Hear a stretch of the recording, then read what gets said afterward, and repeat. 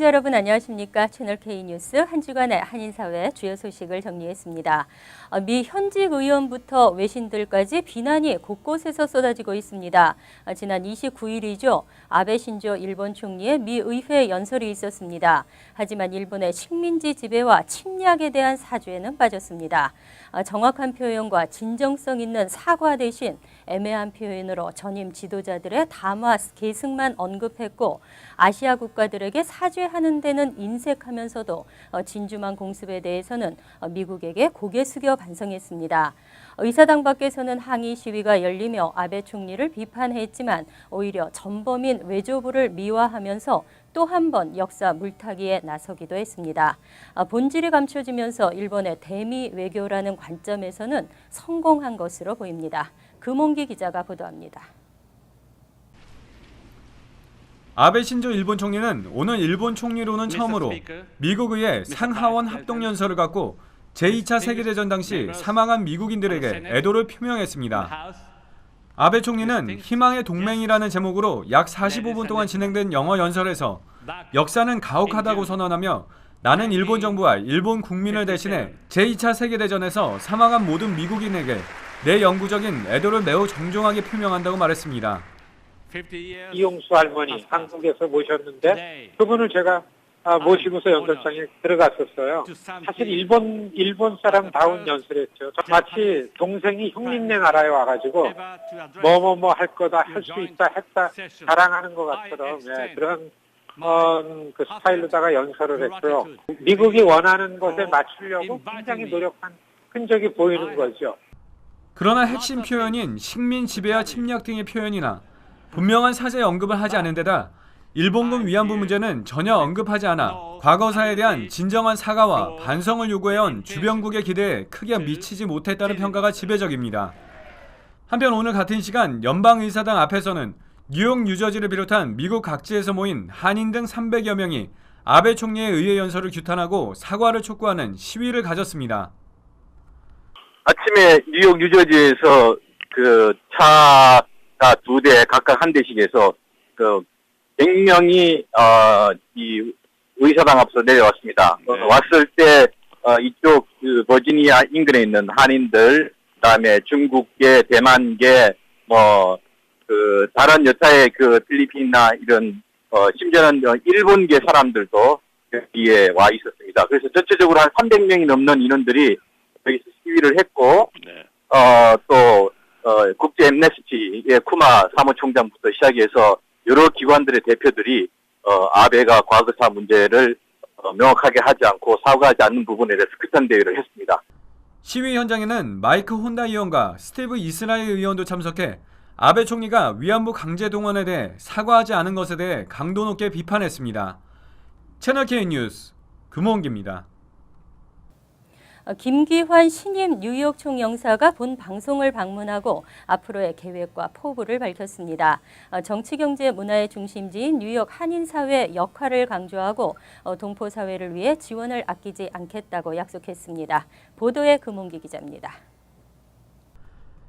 지난 7일 부임한 후 뉴욕과 뉴저지 등 관할 지역 주정부, 의회 관계자들을 방문하는 등 바쁜 일정을 소화하고 있는 김기환 뉴욕 총영사는 어제 오후 부임 인사차 본방송을 방문한 자리에서 뉴욕 한인 동포사회를 동반자로 생각하고 주요 현안을 함께 소통하며 의논하겠다고 밝혔습니다.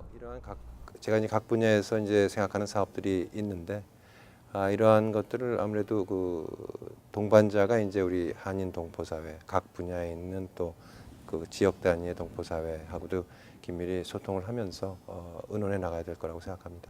김 총영사는 한인 1세대들의 노력이 경제적으로 많은 성과를 이뤄냈다며 자녀들의 정책성 확립을 위해 총영사관에 더 많은 노력과 지원을 약속했습니다.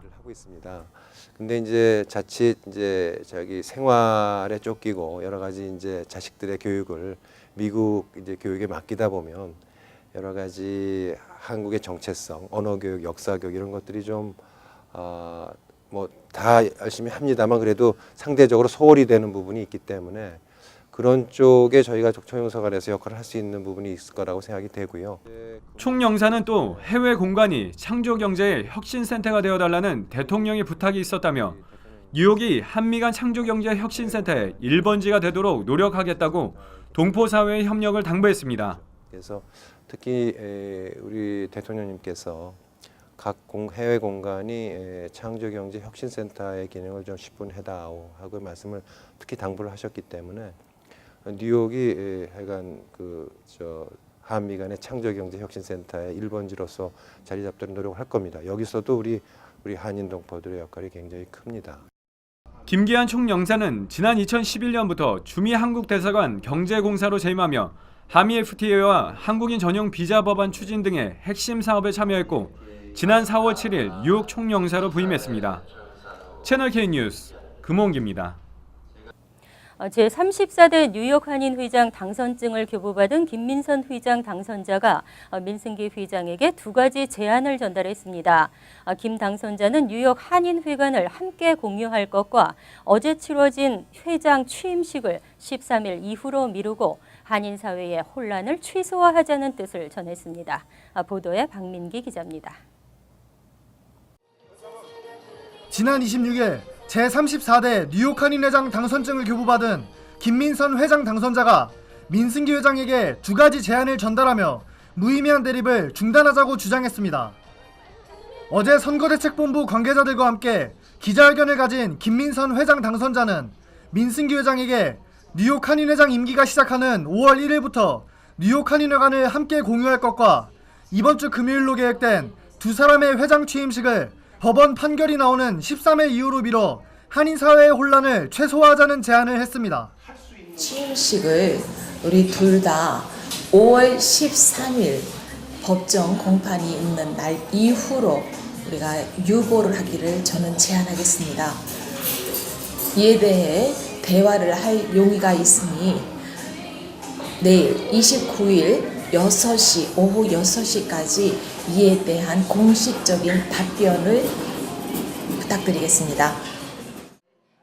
김 당선자 측은 어제 민 회장에게 자신의 제안에 대한 공식 답변을 오늘 오후 6시까지 해줄 것을 요구했지만 민 회장은 이번 제안을 단번에 거절했습니다. 저희들은 일단 예정대로 5월일날 취임식하고 그리고 5월 13일날 이제 김민선 전 후보 측에서 소송했던 법원 판결을 기다리고 있고요. 그리고 법원 판결에 맞춰서 지면은 다시 선고를 해야 되는 것이고 이기면은 처음 계획대로 신뉴욕 한인회의 건설을 위해서 열심히 노력할 그런 예정입니다. 민 회장은 역대 회장단 협의회의 주도 아래 치러진 탄핵총회는 법적 효력이 없는 불법 총회였다며 자신은 예정대로 이번 주 금요일에 취임식을 거행하겠다고 밝혀 대립은 계속될 것으로 보입니다. 채널 K 뉴스 박민기입니다.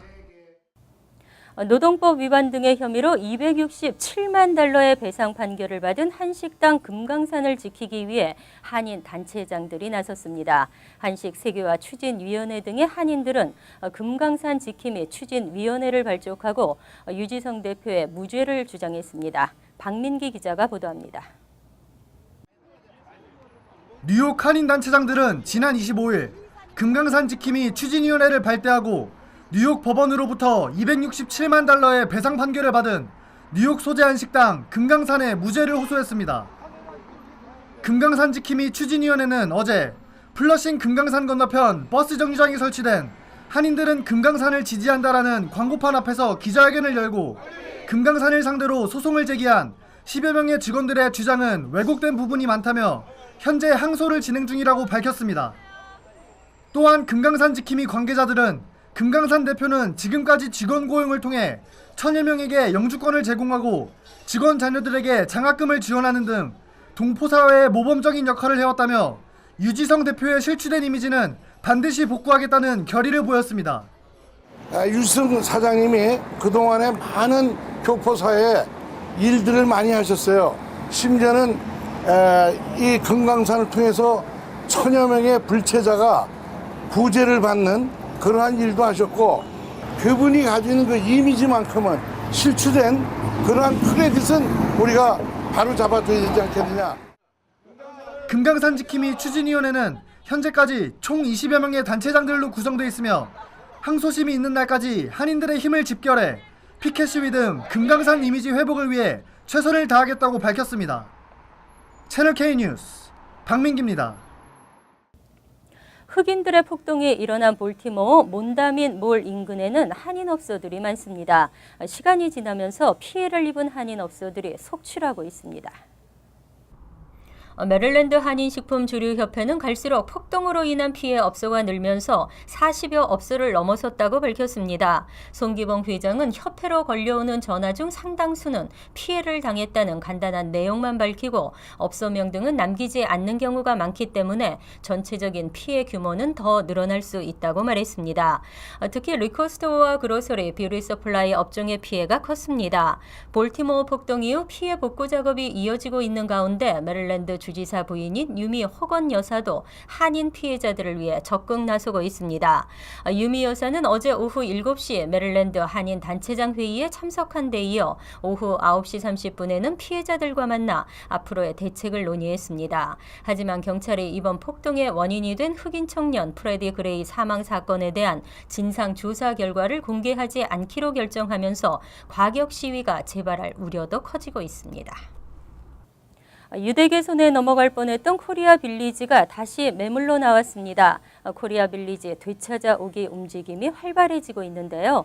이번 기회에 코리아 빌리지가 다시 한인 소유로 될 수 있을지 관심이 모아지고 있습니다. 코리아 빌리지 소유 회사인 중국계 부동산 투자업체 에머트 프로퍼티사는 지난 3월 초 매매 계약을 체결했던 유대계 투자그룹이 인수 대금 납부 기한을 넘기면서 최근 코리아 빌리지를 다시 시장에 내놓았다고 밝혔습니다.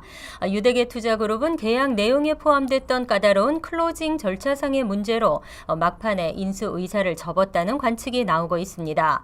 하지만 유대계 손에 넘어갈 뻔했던 코리아 빌리지가 다시 매물로 나오면서 한인 투자그룹들도 잇따라 매입 의사를 타진하고 있습니다. 현재 에멀트 프로퍼티 측에 인수 제안서를 제출한 한인 투자그룹은 2-3개 업체로 알려졌습니다. 한편 코리아 빌리지는 현재 건물용도 미승인 문제가 완전히 해결된 데다 3천만 달러를 웃돌던 건물 가격도 2천만 달러 후반대로 하향 조정됐습니다. 한인 부동산 관계자는 코리아 빌리지를 다시 한인 소유로 되찾을 수 있는 절호의 기회라며 이번에는 한인 투자자들도 적극적인 모습을 보이고 있다고 설명했습니다. 합법 이민제도에도 대대적인 개편의 필요성이 대두되고 있습니다.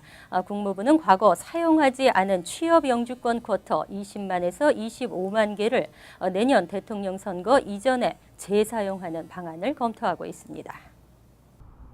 온라인 미디어 허핑턴 포스트는 국무부가 1992에서 2013년 사이에 사용되지 않은 취업 이민 비자 최소 20만 개를 재사용하는 방안을 검토하고 있다고 밝혔습니다. 이와 같은 결정이 내려지면 취업 이민은 3순위까지 모두 오픈되고 창업 영주권 등도 대폭 확대될 것으로 기대되고 있습니다. 미사용 영주권 번호의 재사용과 관련해서는 과거 클린턴 대통령과 부시 대통령 임기에도 이 법안에 서명한 바 있지만 행정부의 권한만으로 시행할 수 있는지 확실하지 않아 추진되지 못했습니다. 하지만 오바마 행정부에서 의회의 입법 없이 조치를 내릴 수 있는 법적 권한이 있는지를 정밀 검토한 결과 최근 행정부의 권한이 있다고 유권 해석을 내린 것으로 알려졌습니다.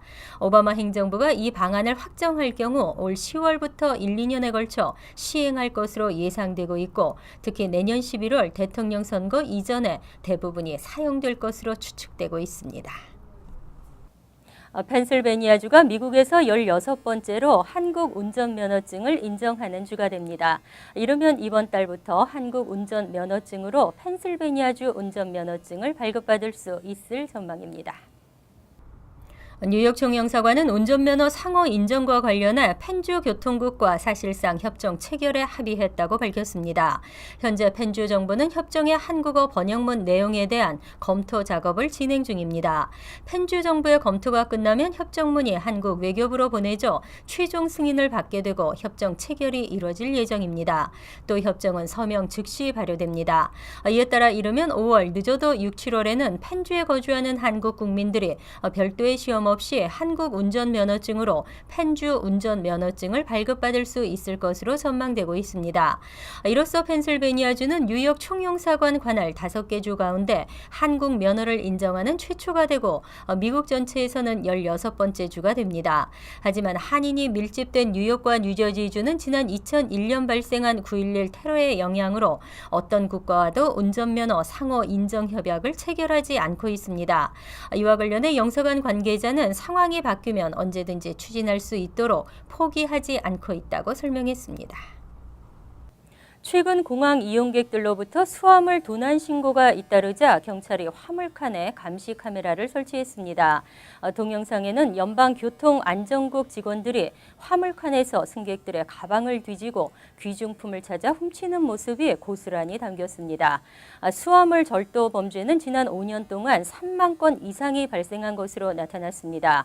도둑에게 곳간 열쇠를 맡긴다는 말이 있습니다. 안전에 대한 불신과 직원들의 도덕성 문제가 도마에 올랐습니다.